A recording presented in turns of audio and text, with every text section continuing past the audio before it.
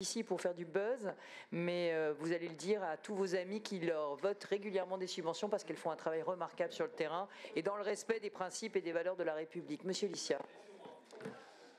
Oui, merci Madame la Présidente. Mes chers collègues, je voudrais profiter de ce rapport et du vote de ce rapport pour attirer votre attention sur la convention que nous allons signer avec l'association Les Témoins des Témoins et le projet de développement dont vous avez parlé de l'application mobile les derniers. Je veux d'abord saluer Sophie Naoum qui est présente ce matin avec nous et qui porte ce projet depuis plusieurs années.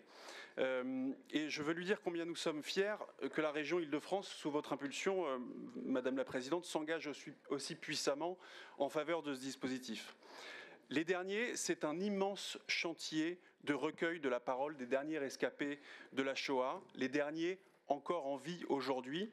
Et c'est pas, et j'insiste là-dessus, c'est pas un simple projet mémoriel, un travail d'historien ou un travail d'archivage de témoignages du passé. C'est un dispositif tout entier dédié à la promotion de nos valeurs universalistes et humanistes. Un projet qui fait sens et qui résonne particulièrement aujourd'hui dans un contexte de montée de l'extrémisme, de la radicalisation et de flambée inquiétante de l'antisémitisme en France comme en Europe. Permettez-moi de citer deux grandes dames, deux rescapées d'Auschwitz qui témoignent pour les derniers. La première, c'est Lucette Gezenblosen qui disait « Il y a 3 ans, j'entendais hurler dans la rue de Rochechouart. J'ouvre ma fenêtre, il y avait un défilé. C'était le même défilé que quand je suis arrivé à Lyon et que les Allemands sont entrés. Et vous savez ce qu'on criait ? Mort aux Juifs. Si vous saviez ce que ça m'a fait mal. » La seconde, c'est Ginette Kolinka, qui disait « On n'apprend rien de l'histoire. Ça fait combien de temps que les déportés parlent dans les écoles ? Les adultes de 25, 30, 35 ans, aujourd'hui, nous ont entendus. Et ça ne les empêche pas d'être racistes et antisémites. » Ces témoignages, ils nous obligent.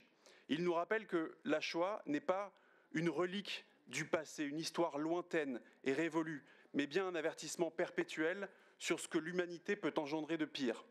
Les derniers, c'est un projet ambitieux, résolument moderne et innovant sur la forme, puisque c'est la rencontre de la tech et de la mémoire, en utilisant des supports numériques, on touche les jeunes là où ils sont, sur les réseaux qu'ils consultent, sur les outils qu'ils utilisent, dans des formats qu'ils connaissent, avec des contenus courts, dynamiques, viraux, consommables immédiatement, et qui sont adaptés à leur mode de consommation de l'information.